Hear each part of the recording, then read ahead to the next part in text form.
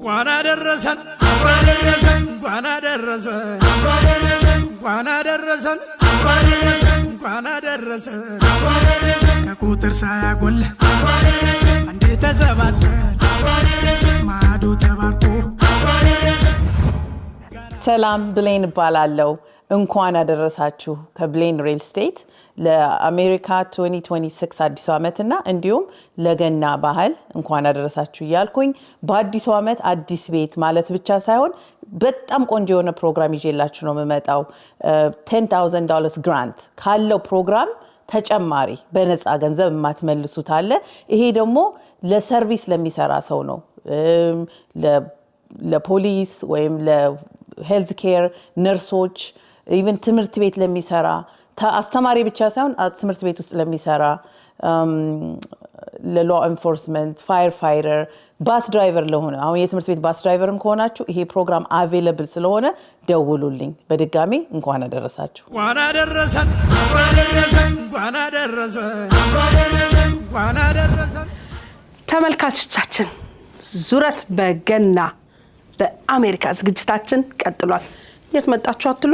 ዙረት በገና ዞር ስንል ደግሞ አሁን አንድ ቦታ መተናል። የመጣንበት ቦታ ደግሞ እዚህ አሜሪካ ላላችሁ ሰዎች ደስ የሚል ቦታ ነው። ምክንያቱም ይሄንን መልእክት ሁላችንም እንወደዋለን እንፈልገዋለን። እዚህ ያለን ሰዎች ምንድነው አትሉ?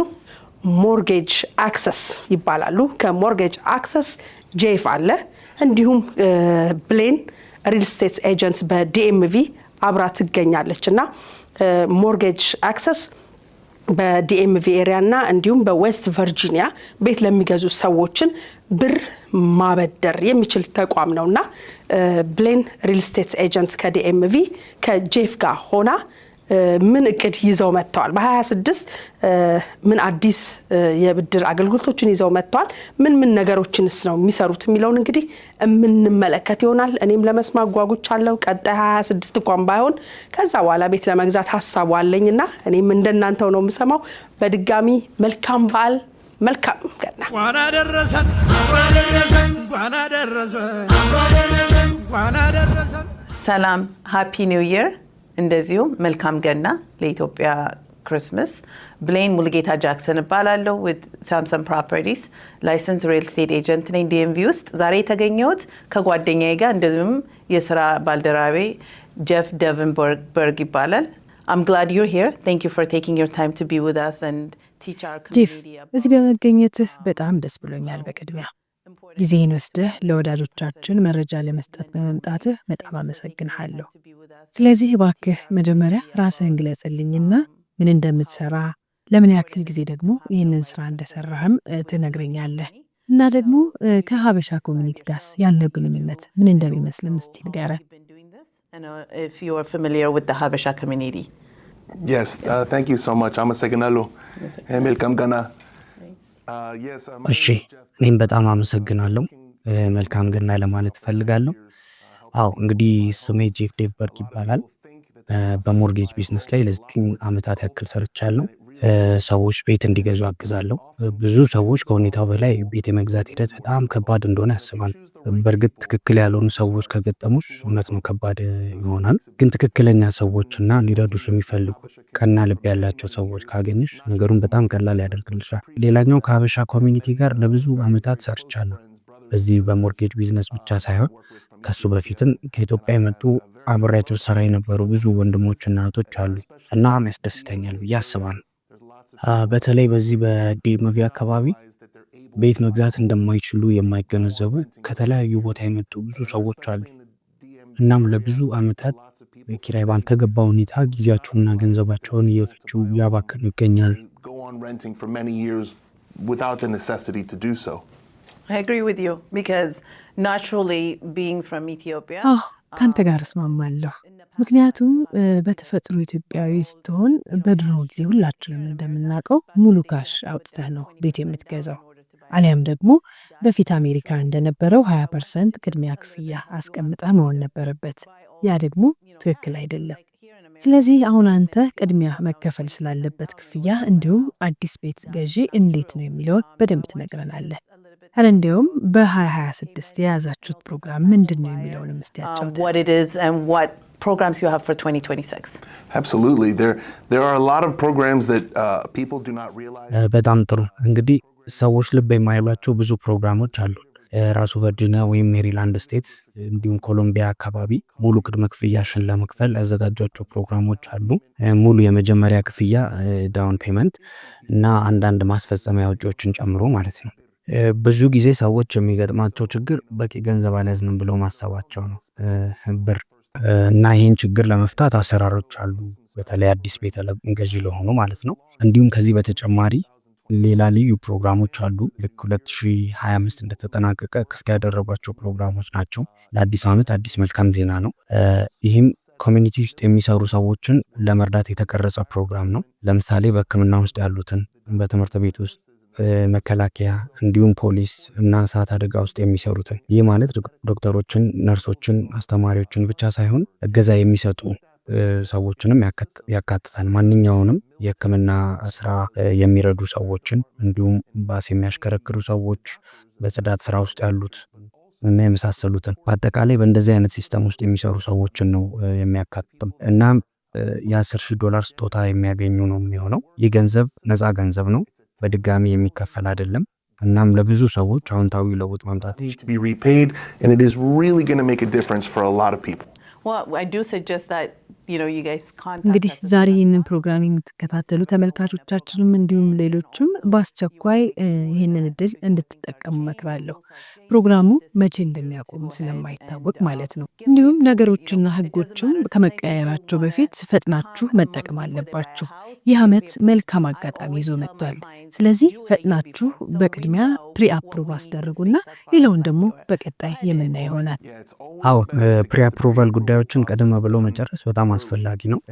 ስለዚህ ቀጣይ ምን እንደሚጠበቅብሽ በደንብ ታውቂያለሽ ማለት ነው። ብዙ ጊዜ ሂደቶች ላይ ብዙ ነገሮች ሊያስደነግጡሽ ይችላሉ። እኛ ደግሞ ያ እንዲሆን በፍጹም ሁሉም ነገር በጣም ግልጽ፣ እናም ነገሮችን አስቀድመሽ ማከናወን ትችላለሽ። ስለዚህ ያለ ጭንቀት ነገሮችን ለማስኬድ በቂ ጊዜ ይኖርሻል ማለት ነው። እኔ በበኩሌ ከጭንቀት ነፃ ብድር የሚል መርህ ነው ያለኝ። ሰዎች ነገሮችን ተረጋግተው በሰላማዊ መንፈስ እንዲያከናውኑ ነው የምፈልገው። As calm and peaceful and for people to process. እስኪ ጄፍ፣ አሁን ደግሞ ቀደም ብለው ቤት ስለገዙ ሰዎች እንድናወራ ፈልጋለሁ። ምናልባትም ከ5 ዓመት በፊት ገዝተው እና ደግሞ አሁን ቤት መግዛት ስለሚፈልጉ ሰዎች ማለት ነው። ወይም ትልቅ ቤት መግዛት ፈልገው አሁን ያሉበትን ቤት ደግሞ ማከራየት ለሚፈልጉ ሰዎች፣ አሊያም ደግሞ ማንኛውንም አይነት ኢንቨስትመንት በሱ መስራት ስለሚፈልጉ ሰዎች ማለት ነው። ለእነሱስ ይህ ፕሮግራም ካለ ምን ትለናለህ? Is there a program for that kind of situation where people want to buy a second home, which we are working with the one client right now? Right. Yes. Yes, no, there's actually a program that we አዎ ቀደም ሲል የገለጽኳቸውን አይነት ፕሮግራሞች እነሱም እንዲጠቀሙ ጥቅም ላይ ያሉ ፕሮግራሞች አሉን። የ5% እገዛ ይኖራቸዋል። 5% ሲባል እንግዲህ ለምሳሌ ቤቱ $700,000 ከሆነ ያቺ 5% እገዛ $35,000 አካባቢ ትሆናለች ማለት ነው። እሱ ብቻ ቅድመ ክፍያውን ወይም ዳውን ፔመንቱን ከነ ማስጨረሻው ሊሸፍን ይችላል። ስለዚህ ጥቅሞችን ለማግኘት ግዴታ የመጀመሪያ ቤት ገዢ መሆን አይጠበቅባቸውም ማለት ነው በሚገባ። ስለዚህ ከእናንተ የሚጠበቀው ትልቁ ነገር ወደኛ መጥተው ከኛ ጋር በመነጋገር የቱ ጋር እንዳላችሁ ማወቅ። የመጨረሻው መጥፎ ዜና ሊሆን የሚችለው ምናልባት አሁን ላይ መግዛት አትችሉም፣ በጣም በቅርብ ጊዜ ግን ይቻላል የሚል ነው። እናም ይሄን ማወቅ በራሱ በጣም ትልቅ ነገር ነው። ምክንያቱም ለቀጣይ ምን እንደሚጠበቅባቸው በግልጽ ስለሚያሳውቃቸው ማለት ነው። በዚህ ሰዓት የማወራቸው ሰዎች ሁሉ የሚነግሩኝ የወለድ ምጣኔው ዝቅ እንደሚል ነው። መግዛት የሚፈልጉትም በዛን ጊዜ እንደሆነ ነው። አብዛኞቹ 2008 ላይ የነበረው አይነት የወለድ ምጣኔ ድንገት ዝቅ የማለት ነገር ተስፋ ያደርጋሉ፣ ምንም እንኳን ነገ ይዞት የሚመጣው ነገር ባይታወቅም። እና ስለ እነዚህ ሰዎችስ በአጠቃላይ ምን ትላለህ? We can kind of see what's going on and yeah. I think it's always a question of perspective. እርግጥ ነው እንግዲህ ይሄ ሁሉ የአመለካከት ጉዳይ ይመስለኛል።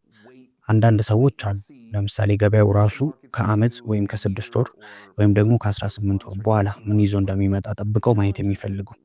ግን ደግሞ ይሄ ችግሩ የወለድ ምጣኔው ዝቅ የሚልበት ጊዜ ሲመጣ ለምሳሌ በ4% ቀንሶ ዝቅ ቢል ሊከሰት የሚችለው ነገር አሁን በብዛት በመጠባበቅ ላይ የሚገኙ ሰዎች ሁሉ ወደ ገበያው በእኩል ሰዓት መጥመም ይጀምራሉ ማለት ነው። አሁን የወለድ ምጣኔው ቀንሷል። እኔም በጣም ረጅም ጊዜ ጠብቄያለሁ። ሰዓቱ አሁን ነው ብለው ወስነው ገበያውን ሲያጥለቀልቁ አሁን ላይ ካለው በላይ ውድድር ይከሰታል። ስለዚህ ስትጠብቂ የነበረውን ዝቅተኛ የወለድ ምጣኔ ልታገኝ ትችላለሽ። ነገር ግን ለዛው ቤት የምትከፊው ክፍያ ከፍ ሊልብሽ ይችላል። ምክንያቱም ቤት ለመግዛት የሚሞክሩ ብዙ ሰዎች ይኖራሉ።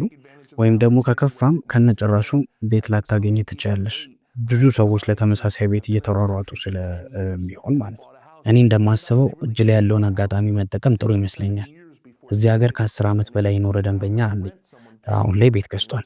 እናም ቁጭ ብለን ስናሰላው ከገዛበት ከ6 ወይም 7 ዓመት ቀደም ብሎ ቤቱን መግዛት ይችል እንደነበረ ደረስንበት።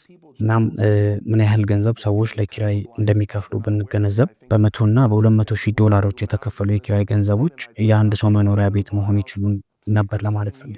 ይህን ግን ብዙ ሰዎች አይገነዘቡትም። አጥቅተው ማየት ያዳግታቸዋል። እዚህ ነገር ላይ ብዙ ጊዜ ልብ አይሉትም። እኛም በዚህ ነገር ላይ ማድረግ የምንችለው ጥሩ ነገር በተለይ እኔና ብሌን ለማድረግ እየሞከረን ያለነው ነገር ሰዎችን ማስተማር ነው።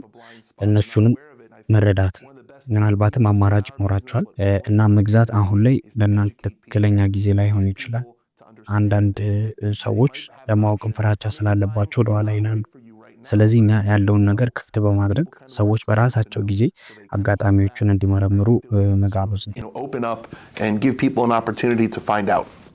Correct, I agree with that because in the COVID time ትክክል፣ እኔም በሱ እስማማለሁ። ምክንያቱም በኮቪድ ጊዜ ለአንድ ደንበኛ ያዘጋጀሁትን 9 ኮንትራቶች አስታውሳለሁ። አስበዋል፣ 9 ጊዜ የተለያዩ 9 ቤቶችን መውደድ። ምክንያቱም ሌላ ሰው ከአንተ $50,000 የበለጠ ክፍያ ከከፈለ ምንም ማድረግ አትችልም። እኔም ያ ነው የሆነብኝ በወቅቱ። ዋጋ ሁሌም ይጨምራል። ለዛ ነው እኔ ለሁሉም ሰው አንድ ነገር እላለሁ፣ አሁን ላይ በአቅማችሁ የምትችሉትን ቤት ግዙ ነው የምላቸው። and have some equity, sell it and buy your future home. Yeah, there's a phrase that we say in the mortgage industry. It's a joke. We say, marry the house, date the rate. I have to translate that one. Yes. ቤቱን አግቡት ሬቱን ደግሞ ዴት አርጉት። ያው ዴት የምታረጉት ነገር ሁሌ ወደ ትዳር ስለማይለወጥ ማለት ነው. Which is it's literally the So you buy a house that you like when you ቤቱን ስትወዱት ግዙ ሲያስፈልጋችሁ። ከዛም ያ ምጣኔ ለ30 ዓመት እንደሚቀጥል ተረዱ። ይህም ቢሆን ግን ጊዜያዊ ነው፣ በረጅም ጊዜ አይቀጥልም። አጋጣሚዎቹና እድሎች ሲመጡ ደግሞ እንደ አዲስ እሱን በማስያዝ ተደራደሩ። ክፍያችሁንም ዝቅ አስደርጉ። ቀድማችሁ ማስተካከላችሁት ስለነበረ ይበልጥ የተደላደለ ይኖላችኋል ማለት ነው። ከዛም መቆጠብ መጨመር ትችላላችሁ። በተጨማሪም ሴቭ ባረጋችሁት ኢንቨስት ማድረግ ትችላላችሁ። በጣም አስፈላጊ ነገር ነው። Now you're even more comfortable and you can begin to save or invest with those savings. It's really important. True. Well, I'm going to kind of tell the viewers that if there's a ለተመልካቾቻችን አንድ ነገር መናገር ፈልጋለሁ። የቋንቋ ችግር ካለ እኔ እናንተ ሁሌም እንደምናደርገው ይህ መረጃ በጣም ጠቃሚ ስለሆነ ትርጉሙን በአማርኛ እናቀርበዋለን። ሳስበው ይህንን በአማርኛ መናገር ያለብኝም ይመስለኛል። If there's a language barrier, I think I should say it in Amharic. I just went into that one. So የቋንቋ ችግር ካለባችሁ ምንም ችግር የለውም። በአማርኛ እኔ from step 1 አብሬ ሆኜ በስልክ ትራንስሌት እያደረኩኝ ጀፍ ደግሞ በጣም አንደርስታንድ ያደርጋል። የእኛንም ካልቸር ማወቅ ስለሚፈልግ he doesn't mind. Like በጣም ፔሽንት ያስፈልጋል። እሱ እኔ መርዳት እችላለሁ። ምንም እንትን የሚል ነገር የለም። ቋንቋ ፐርፌክት እስከምንሆን ድረስ መጠበቅ የለባችሁም። ስላለሁኝ ተጠቀሙኝ እያልኩ ነው። በጣም አመሰግናለሁ። ኤኒ ጥያቄ ካላችሁ ደውሉልኝ። and ቁጥሬ እዚህ ጋር I think ይጻፋል።